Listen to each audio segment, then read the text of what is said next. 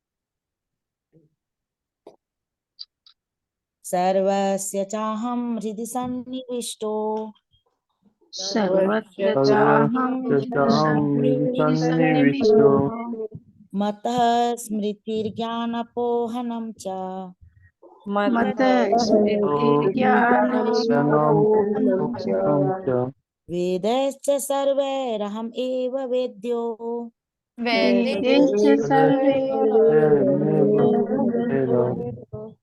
वेदान्तकृत्वेदविदेव चाहम् वेदान्तकृद्वेदविदेवचाहम्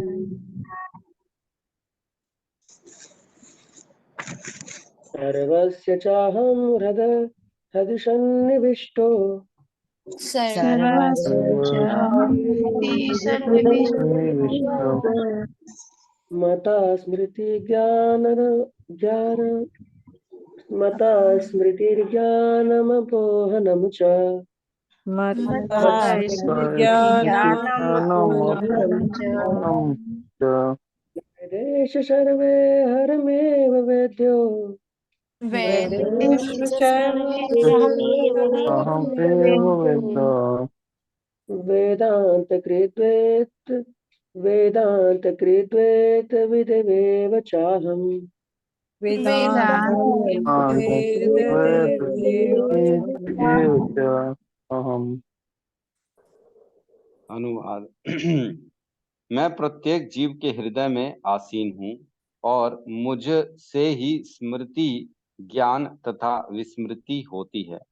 मैं ही वेदों के द्वारा जानने योग्य हूँ। निस्संदेह मैं वेदांत का संकलन करता तथा समस्त वेदों का जानने वाला हूँ। बहुत इंपॉर्टेंट श्लोक है, कल सबको ये श्लोक याद करके आना है ना। इसको हम श्लोक को देखते हैं। लिखा है यहाँ, सर्वस्य च अहम हृदि सन्निविष्टो। सर्वस्य च अहम मतलब हर चीज में, सर्वस्य जो है हर किसी के, हर प्राणी के हृदय में, हर सर्वस्य चाहम हृदय सन्निविष्टो मतलब हृदय के देश में, हृदय के आसपास में मैं रहता हूं। कृष्ण कह रहे हैं अर्जुन को, है ना, सर्वस्य चाहम, हर जीव के हृदय में मैं रहता हूं हे अर्जुन। आगे कह रहे हैं, मतः स्मृति ज्ञानम अपोहनम च। और मतः स्मृति मतलब मैं ही स्मृति, स्मृति मतलब याद रखने की शक्ति, रिमेम्बरेंस, है ना। स्मृति ज्ञानम, ज्ञान मीन्स नॉलेज, जो मैं आपको बता रहा हूं और आप समझ पा रहे हो, है ना। ये जानना कि मैं शरीर नहीं हूं, मैं आत्मा हूं। ये जानना कि मैं कुछ काल के लिए इस संसार में आया हूं और कुछ समय बाद मेरे को भी ये शरीर छोड़ के आगे की यात्रा तय करनी पड़ेगी। ये समझना कि मैं कैसे अपनी आत्मा का उद्धार कर सकता हूँ। ये समझना कि मैं इस शास्त्र को पढ़ के क्या इसमें समझने लायक है, उसको अपने जीवन में ग्रहण करूं। कैसे प्रैक्टिकल अपने जीवन को भगवान के मतलब मार्गदर्शन जो उन्होंने बता रहे उसके हिसाब से अपने जीवन को जी। ये ज्ञान हो, है ना। ज्ञान हमने पढ़ा था 20 पॉइंट्स होते हैं 13वें अध्याय में 8 से 12 में भगवान ने बताया ना, 20 चीजों को ही मैं ज्ञान घोषित कर रहा हूँ, बाकी सब कुछ अज्ञान है। याद है कि नहीं है? कि भूल गए? तो बेसिकली भगवान कह रहे ज्ञान भी वही प्रदान करते हैं। मतः स्मृति एक याद दिलाने की शक्ति, और ज्ञानम ज्ञान भी भगवान ही प्रदान करते हैं। और अपोहनम च, अपोहन मीन्स भूलने की शक्ति, फॉरगेटफुलनेस, जो हम भूल जाते हैं, कि भूल जाते हैं आज से 15 दिन पहले क्या, कल ही मैंने क्या खाया था, हम भूल जाते हैं। ये हमारी रूटीन के कारण है ना? लेकिन भगवान जो अपोहनम कह रहे हैं, जैसे पिछले जन्म की बातें हम भूल जाते हैं, हम कौन थे, है ना। कितना इजी हो जाता है ये भूल जाना कि मेरे को तो याद ही नहीं मैं कौन था पहले। इवन आज से कुछ काल पहले, जैसे 5-10 साल पहले मेरे साथ किसी ने क्या दुर्व्यवहार किया, क्या मेरे लिए अच्छा किया, मैं भूल जाता हूँ, है ना। हम सब भी भूल जाते हैं, मैं अपनी बात क्या कर रहा हूँ, मेरे ख्याल से सभी भूल जाते हैं। तो ये सारी शक्ति कहाँ से आ रही है? ये भगवान दे रहे हैं। भूलना भी एक बहुत इंपॉर्टेंट शक्ति है, अगर नहीं भूलेंगे तो सोचो क्या होगा। पता लगा हमको पिछले शरीर का याद है कि मैं एक स्त्री था, है, और मेरा कोई पति था। वो उसने मेरे साथ प्रताड़ना किया, क्या क्या किया। अब आने दे नीचे, अब तो मेरे पास शरीर, अब मनुष्य, अब लड़के का शरीर मिला ना, मैं बताता हूँ उसको। तो ये सब ना भूलना भी बहुत जरूरी है, नहीं तो आदमी आगे नहीं बढ़ पाएगा, है ना। बदले लेगा फिर बैठ के, ओहो ये तो वही है, अमृत प्रभु तो वही है जो 4 जन्म पहले मेरे साथ पैसे लिए थे और वापस नहीं किए थे, अब फिर आज लड़के के रूप में मेरे सामने आ गए हैं। ठीक है ठीक है, अब आता हूँ इनको, अब आया ऊट पहाड़ के नीचे। तो कहानी क्या होगा, ट्विस्ट आ जाएगी, फिर तो खतरनाक हो जाएगी, कॉमेडी चालू हो जाएगी जीवन में सबके। सब एक दूसरे से बदले लेना चालू कर देंगे, ओहो तेरे 6 जन्म पहले तूने ऐसा किया था, है 4 जन्म पहले, अच्छा पिछले जन्म में ही तो तूने ऐसा किया था। तो ये भूलना बहुत जरूरी, क्योंकि भगवान देखो कितना बड़ा गेम खेलते हैं भगवान। भगवान कहते हैं जिनके साथ हमने गलत व्यवहार करते हैं ना, जिनके साथ दुर्व्यवहार करते हैं, जो गंदा व्यवहार करते हैं, उनको ही भगवान अपने बच्चे के रूप में बुलाते हैं। मतलब जो व्यक्ति है जो पिछले जन्म में किसी के साथ गंदा दुर्व्यवहार किया है, उसका बेटा वही आदमी होगा जिसके साथ दुर्व्यवहार किया था, और बेटा बन के आएगा और माँ बाप की इज्जत उछालेगा पूरे बाजार में। तूने मेरी इज्जत उछाली थी, अब मैं तेरी उछालू, लेकिन भूल गया, उसको याद नहीं, इसलिए स्वीकार कर लेता है, ओहो रोता रहता है, ये मेरे साथ ऐसा क्यों हो रहा है, हे प्रभु ऐसा बेटा दे के तुमने मेरी इज्जत को धूमिल कर दिया है, मिट्टी में मिला दिया, मुंह काला कर दिया मेरा। ऐसा होता है। और इसका अपोजिट भी होता है। कई बार जिसकी हमने सेवा करी है, जिसका लिए हमने पिछले जन्म में काफी सेवा की, उसकी काफी मदद की है, तो वो पुत्र के रूप में आता है और आपकी सेवा करता है और आपका नाम प्रतिष्ठा बढ़ाता है। तो ये ऐसा होता है। इसीलिए भगवान यहाँ पे सब बोलते हैं कि भुला देते हैं, ताकि नए सिरे से एक बार प्रयास करो फिर से, और जो तुम्हारे कर्म के बंधन है वो कट सके। अगर याद रहेंगे तो कर्म के बंधन कटेंगे नहीं, फिर आदमी उसी में बह जाएगा और बदले लेना चालू कर देगा। इसलिए भगवान कह रहे हैं अपोहनम च, मैं भुला देता हूँ, सब भुला देता हूँ, हर चीज भुला देता हूँ। काल की शक्ति ऐसी है, हर घाव आदमी भूल जाता है कुछ समय, जो हुआ था सब भूल जाता है। ठीक है, बोलते हैं खत्म करो जी, इस जीवन में भी याद भी रहता है तो भी धुंधला हो जाता है, ठीक है ऐसा ऐसा कुछ था, अब छोड़ दो, खत्म करो। तो आगे बढ़ने के लिए भूलना बहुत जरूरी है जीवन में। ठीक है, आगे कहते हैं वेदेश्च सर्वम अहम एव वेद्यो, मतलब जो भी वेद हैं, 4 वेद हमने पढ़ा है, हमने जानते हैं ऋग्वेद, यजुर्वेद, सामवेद, अथर्ववेद। 4 वेदों में वेदेश्च सर्वम अहम एव वेद्यो, मैं ही वेदों में जानने लायक हूँ, मेरा ही चर्चा चली है, और वेदों का उद्देश्य क्या है, मुझको जानना ही। और क्या कह रहे हैं, वेदांत कृत वेद विद्वेह च अहम, मैंने ही वेदों का संकलन किया है। तो कौन किया है वेदों का संकलन? कि वेदव्यास ने किया है। और वेदव्यास कौन है? वेदव्यास भगवान कृष्ण के ही शक्ति आवेश अवतार। तो उन्होंने ही मनुष्य का रूप धारण किया और वेद व्यास के रूप में संसार में आए, और उन्होंने ही वेदों का संकलन किया, उन्होंने ही अलग अलग सब वेदों को लिखा, ताकि इजीली किसी को अंडरस्टैंड हो सके। और क्या कह रहे हैं, वेद विह चा अहम, उनमें जानने योग्य क्या है, मैं ही हूं। वेदों में एक्चुअल में जो वेद पढ़ेगा ना वो ये नहीं समझ सकता है कि उसमें लिखा क्या है। उसमें घुमाने की बातें लिखी हुई है, सारी घुमाने की बातें लिखी है। एक दूसरे श्लोक में, दूसरे अध्याय में एक श्लोक आता है ना, त्रैगुण्य विषया वेदा निस्त्रैगुण्य भावार्जुन निर्द्वंद नित्य सत्वस्तो निर्योगक्षेम आत्मवान, है ना। कौन सा श्लोक है जिसमें लिखा गया है कि हे अर्जुन, इन वेदों में सिर्फ तीनों गुणों का चर्चा की गई है, तुम इन तीनों गुणों से ऊपर उठो, है ना। 2.45 त्रैगुण्य विषया वेदा, है ना। इसमें क्या लिखा है, वेदों में मुख्यतः प्रकृति के 3 गुणों का वर्णन है। अर्जुन, इन तीनों गुणों से ऊपर उठो, समस्त द्वैत और लाभ तथा सुरक्षा की सारी चिंताओं से मुक्त होकर आत्मपरायण बन। मतलब वेद पढ़ेंगे तो वेदों में तीनों गुणों का चर्चा चलती है और पता ही नहीं पड़ता। हमने योगा लेटर जो पढ़ा है उसमें लिखा है, हमने पढ़ा है सबसे नीचे सकाम कर्म होता है, उसके ऊपर होता है कर्म कांड।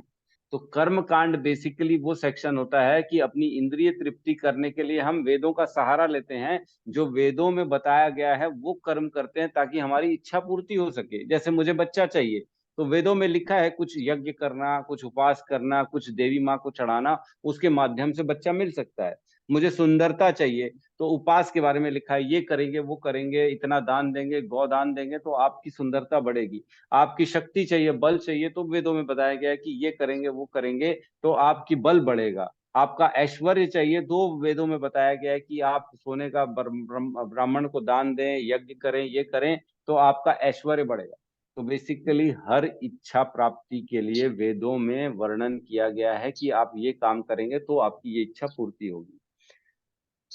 हाँ, तो सकाम कर्म का ही पार्ट आ जाता है कर्म कांड। लेकिन कर्म कांड वेदों में वर्णित है, भगवान के द्वारा बताया गया मार्ग है, इसलिए वो फिर भी अलाउड है। उसको करने करते करते करते करते एक दिन ऐसा आएगा कि तब समझ में आएगा कि वेदों से तो सिर्फ कृष्ण के बारे में ही, भगवान के बारे में ही जानना है। सब कुछ कौन दे रहा है, भगवान दे रहा है। ये बाद में आएगा।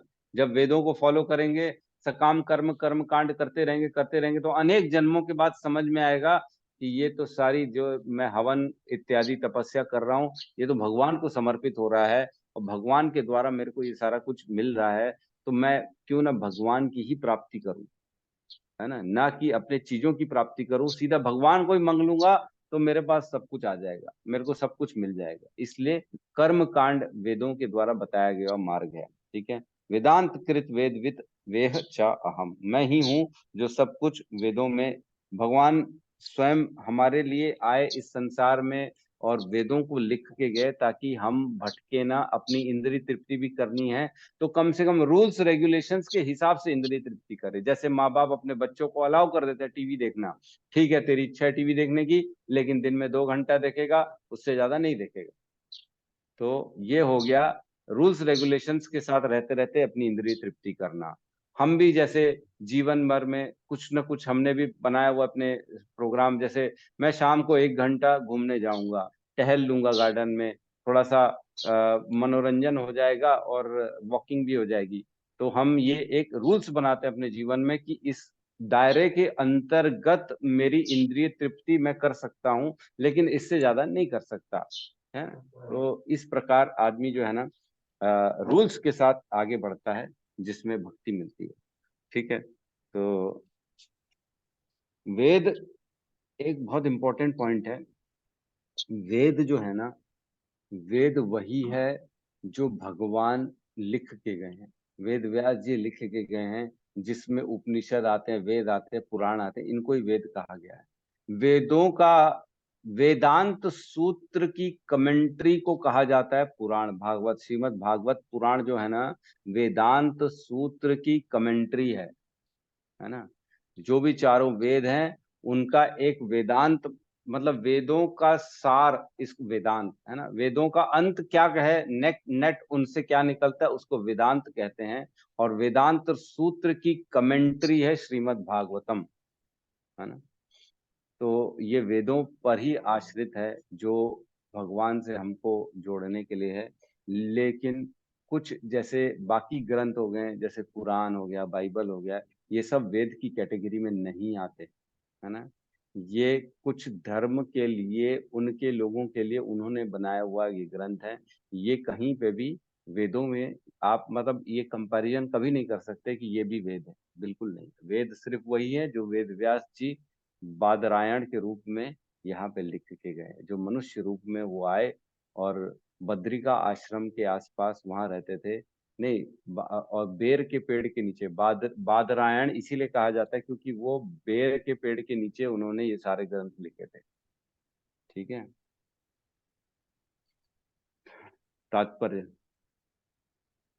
तात्पर्य शील प्रभुपाद की जय। समय हो गया है, आज तात्पर्य नहीं पढ़ेंगे, तो आपको कुछ श्लोक मैं लिख बता दे रहा हूँ, उसको पढ़ के आइएगा, कल हम उस पर चर्चा करेंगे। 1.1.1 और 1.1.2 पहला कैंटो, पहला अध्याय, पहला श्लोक और दूसरा श्लोक, इस पे हम कल चर्चा करेंगे। ठीक है। किसी का कोई प्रश्न है तो हम ले सकते हैं। प्रभु जी हरे कृष्णा। हरे कृष्णा। प्रभु जी यही प्रसाद रिलेटेड, मतलब इससे बाहर है। हाँ, मैं ये कल उस दिन दो कल एक वीडियो देख रहा था, वो बाहर का है, हमारे संप्रदाय के नहीं है। तो वो बोल रहा था प्रसाद को, मतलब डायरेक्ट इस्कॉन पे आरोप लगा रहा था कि इस्कॉन आज के डेट में बहुत बड़ा संस्था है और इन लोग प्रसाद को बेचते हैं, प्रसाद बेचना एक अपराध है, ऐसे करके बोल रहे थे प्रभु जी। तो प्रसाद बेचना अपराध है क्या? जैसे वो देखिए, लड्डू वगैरह कुछ वो, हाँ, हाँ समझ बाकी गया। तो फ्री में एक बांटते बात हैं। बताइए, प्रसाद बेचना अपराध है कि नहीं है? पहले तो ये बताइए, प्रसाद जो हम जो भी बेच रहे हैं, तो उससे क्या वो अपनी इंद्रिय तृप्ति कर रहे हैं क्या? वो अपने जीवन में क्या ऐसी चीजें खरीद के आ रहे हैं, उससे ऐश कर रहे हैं, गाड़ी बंगला बना रहे हैं क्या? वो तो खाली भगवान की सेवा के लिए जो जरूरत है भक्तों के लिए, इवन जो प्रसाद बनने के लिए सुविधाएं चाहिए, उसी सुविधा को बढ़ाने के लिए ही तो प्रसाद को बेचा जा रहा है। और उसमें भी ऐसा हम्म, नहीं है कि पूरा प्रसाद बेचा जा रहा है। खिचड़ी तो हमेशा फ्री मिलती है, खिचड़ी जी का जी। कभी पैसा नहीं लिया जाता। प्रसाद को बेचा सिर्फ वही जाता है जो किसी को स्पेशलिटी चाहिए, केक चाहिए, किसी को समोसा चाहिए, किसी को अपनी इच्छा अनुसार कुछ और खिलाना है, तो उसके लिए जो आदमी इंग्रेडिएंट्स, तो बेसिकली पैसा तो लगेगा ना। फ्री में कोई दूध देगा क्या, बताओ आप? कौन देगा? कोई फ्री में दूध देगा, फ्री में गेहूं चावल देगा? कोई नहीं देता, पैसा तो लगेगा ना।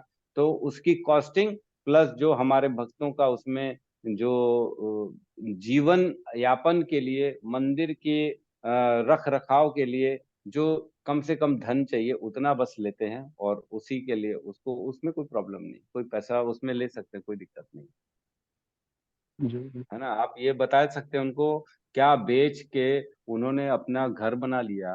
क्या उन्होंने बेच के अपने लिए गाड़ी खरीद ली? क्या किया उन्होंने? बेचा तो वो पैसा पूरा भगवान की सेवा में यूज होता है और किसी सेवा में नहीं होता। ठीक है। ठीक प्रभु।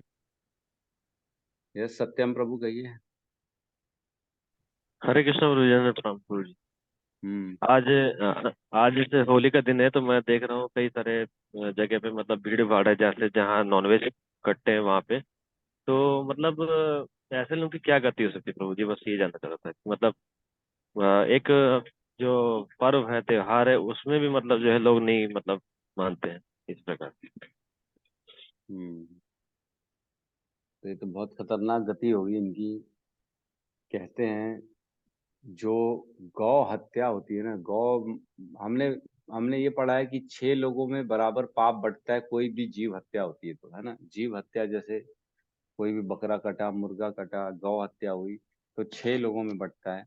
लेकिन गौ हत्या का एक महान, बहुत बड़ा, जो मैं बता रहा हूँ, मैंने पढ़ा है, जितनी उस पशु के शरीर में जितने रोम होते हैं ना, उतने वर्षों तक उसको नरकों में वास करना पड़ता है, जो भी उसका वध करता है। एक गौ हत्या का वध करने का आप अब अंदाज लगा लो, उसके गाय के रोम कितने सारे होंगे उसके शरीर में, और उतने वर्षों तक उसको नरक में रहना पड़ेगा। एक रोम नहीं होता है, करोड़ों अरबों अरबों रोम होते होंगे मेरे ख्याल से। हमारे शरीर में भी हम नहीं गिन सकते, तो हमारे से तो बहुत बड़ा शरीर होता है गाय का। और गाय का शरीर तो पूरा वैसे ही होता है, वो पूरा बाल बाल वाला ही रहता है, पूरा रोम ही रोम होते हैं, हमारे में तो फिर भी कम होते हैं। तो उतने वर्षों तक उसको सोचो नर्क में रहना पड़ेगा। आज अगर कोई एक भी पशु हत्या करता है तो कितने काल के लिए वो नरक में चला गया। और ऐसा सिंपल नर्क नहीं है, बहुत खतरनाक नर्क है। एक से एक उसमें पनिशमेंट है, एक से एक खतरनाक यातनाएं मिलती हैं। आंसू निकल जाए, रोना निकल जाए, लेकिन शरीर कट जाएगा, भाग छोटे छोटे टुकड़े टुकड़े हो जाएंगे नर्क में शरीर के, लेकिन मरेगा नहीं। उसको फिर से जोड़ा जाएगा, फिर से यातना चालू, फिर से वही गंदगी चालू। पकोड़े तले जाएंगे उसके, जो सच है, लिखा है जो है ना, पकोड़े तलते हैं वहां नर्क में। हाँ, तलते ही है। तो ये सब वो समझ नहीं पा रहे। मैं इसीलिए सबसे विनती करता हूँ कि अपने अपने लेवल में ना लोगों को समझाओ नॉनवेज ना खाएं। बहुत खतरनाक है नॉनवेज खाना। किसी भी पशु हत्या को हम सही साबित नहीं कर सकते, कहीं से भी नहीं। इवन कैंटो 5 में अध्याय 26 में मेरे ख्याल से सारे नरकों का वर्णन है, जिसमें मैं कल निकाल के कल सुबह सुबह आपको यही श्लोक बताऊंगा कि पशु हत्या का क्या होता है, क्या हाल होता है। ठीक है। और आज गौर पूर्णिमा है। आज हमारे चैतन्य महाप्रभु का जो है बर्थडे है। आज ही के दिन उन्होंने यहाँ पे इस धराधाम पे आए थे, और हम सबों का उद्धार करने के लिए उन्होंने महामंत्र दिया हम सबको। तो हम बेसिकली चैतन्य महाप्रभु के मिशन में हैं, उनके बताए हुए रास्ते पे ही चल रहे हैं। तो आज का दिन बहुत ही महान है। और आज के दिन होली भी है। तो होली जो होती है, आप सबको मालूम है कि प्रहलाद महाराज को जब हिरण्यकश्यपु उसके पिताजी उसका वध करना चाहते थे, तब उन्होंने बहुत बड़ा लकड़ी का एक हवन बनाया। उसमें उनकी बहन थी होलिका, जिसका नाम था सिमिका। उसको बोला कि तुम प्रहलाद को गोद में लेके बैठ जाओ और ये जल जाएगा, क्योंकि उसको सिमिका को वरदान था कि वो कभी भी जलेगी नहीं, अग्नि उसे जला नहीं सकती। तो जब उसको लेके बैठ गई और बोले अब प्रहलाद मर जाएगा, इसी बहाने अच्छा होगा, छुटकारा होगा हिरण्यकश्यपु बोले अपने बच्चे से। तो जब आग लगाई गई, बहुत बड़ा कुंड था ना, बहुत बड़ा था वो। ऐसा हम जैसे छोटी सी होली जलाते ऐसा नहीं था, बहुत बड़ा था। उसमें बीच में लेके बैठी थी सिमिका इसको, प्रहलाद महाराज को अपने गोद में। और जब भयंकर भीषण आग थी तो चारों तरफ आग ही आग, अंदर कुछ दिख नहीं रहा था, कुछ भी नहीं दिख रहा था। फिर जब आग अग्नि शांत हुई, तब देखे अंदर से आवाज आ रही थी, ओम नमो नारायण नमः, ओम नमो नारायण नमः। अंदर से, उस राख के अंदर से भी आवाज आ रही थी। और स्वयं जो सिमिका थी वो तो जल के खत्म हो गई, लेकिन अंदर से प्रहलाद महाराज की आवाज आ रही थी, और प्रहलाद महाराज सुरक्षित थे उस राख के अंदर। तो तब से ये प्रथा बन गई। और उस दिन जो प्रहलाद महाराज के जितने भी सहयोगी थे, जो उनको फॉलो करते थे, उसी राख के साथ उन्होंने एक दूसरे के साथ खेला, उन्होंने राख को उड़ाया हवा में। और जो असुर थे उनकी पराजय हुई। जो काम क्रोध लोभ मोह मद मात्सर्य जो असुरों के गुण हैं, उन सब की पराजय हुई। कहते उसी अग्नि में हमारे सारे विकार जल गए। जो सुर होते हैं, जो भगवान के भक्त होते हैं, वो ऐसी अग्नि में अपने विकारों को जलाएं और भगवान की भक्ति में आगे बढ़ें। तो इसलिए ये होली का जो है ये उत्सव मनाया जाता है। और भी इसके एक उत्सव नहीं, और भी कारण है। कृष्ण जी राधा रानी के साथ होली खेले थे बरसाना में, यहाँ पे वृंदावन में या नंदगांव में। और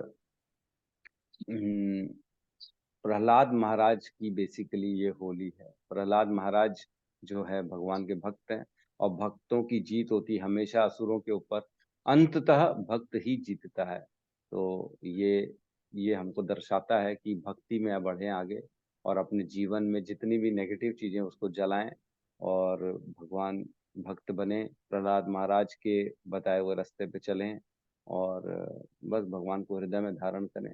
चैतन्य महाप्रभु का आज जो है बर्थडे भी है, तो भगवान के जो है आज भक्ति करें, उनके बताए हुए कुछ ग्रंथ पढ़ें और श्लोक पढ़ें, कुछ भी करें। तो बेसिकली आज बहुत बड़ा दिन है, हमारे लिए बहुत बड़ा दिन है। गौर पूर्णिमा महामहोत्सव हम लोग 27 तारीख को मनाने वाले हैं देवपुरी में। बहुत बड़ा अच्छा आयोजन हो रहा है, जिस दिन पुष्पों की होली होगी, बहुत बड़ी होली होगी पुष्पों की। आपको बता दूं मैं, 1.5 टन पुष्प आ रहे हैं, 1.5 हजार किलो पुष्प आ रहे हैं वहां पे पुष्पों से होली खेलने के लिए।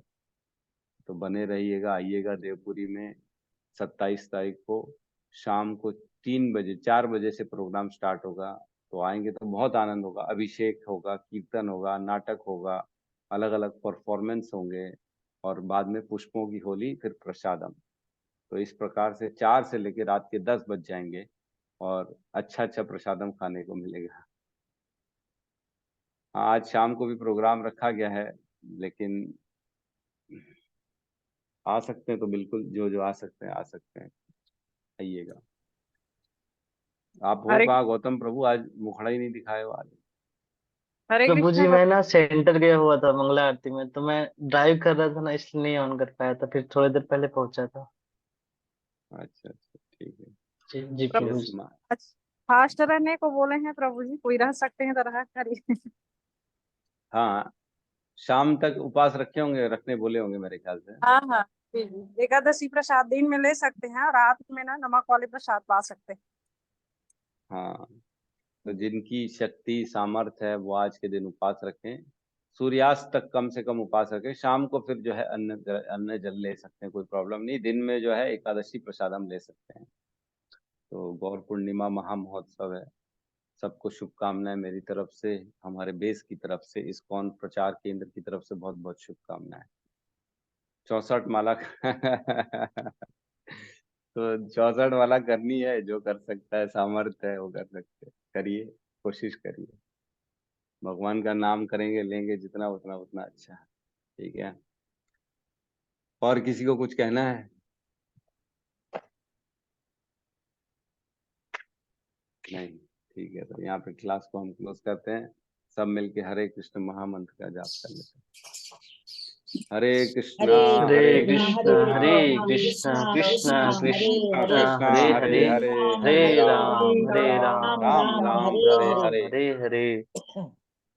सभी भक्त वृंद सभी की भक्त भक्तबिंद वृंद की की जय। जय। जगत गुरु शील श्रील प्रभुपाद की प्रभुपाद प्रभुपाद जय। की की जय। निताई जय। गौर प्रेमानंदे।